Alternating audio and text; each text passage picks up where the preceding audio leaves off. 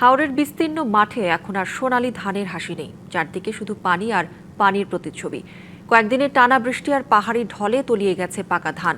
ফলে ঘরে তোলার আগে কৃষকের স্বপ্ন ডুবেছে পানিতে। এদিকে কেটে আনা ধানও ঠিক মতো না শুকনোয় ছড়াচ্ছে পচা গন্ধ।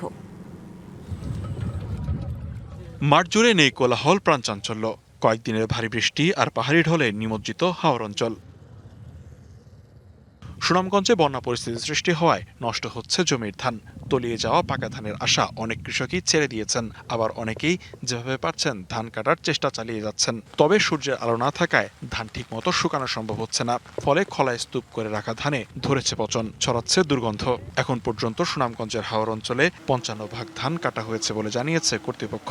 এদিকে মধ্যনগর উপজেলায় পানি উন্নয়ন বোর্ডের একটি বাঁধ ভেঙে বোয়ালা হাওরে ঢুকেছে পানি।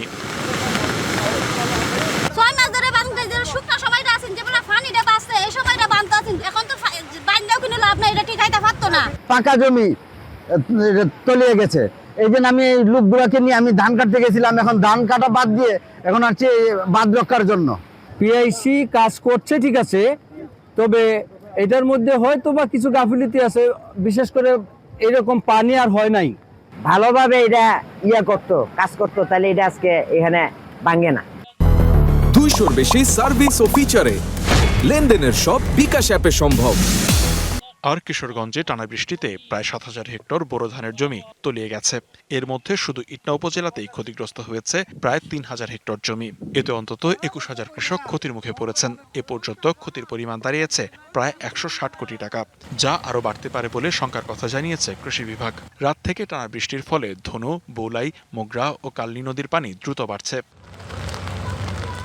এদিকে নতুন করে বৃষ্টিপাত না হওয়ায় কিছুটা স্বস্তি ফিরেছে নেত্রকোনায়। তবে বিভিন্ন হাওরে পানি প্রবেশ করায় বড় ফসল তলিয়ে গেছে। স্বপ্নের ফসল ঘরে তুলতে না পেরে দিশেহারা কৃষক। শ্রমিক সংকট ও দুর্যোগপূর্ণ আবহাওয়ার কারণে কেটে আনা ধানও নষ্ট হচ্ছে। বৈরী আবহাওয়ার কারণে পূর্ব নির্ধারিত ১৫ মের পরিবর্তে ৩রা মে থেকেই হাওর অঞ্চলে ধান চাল সংগ্রহ কার্যক্রম শুরু হবে।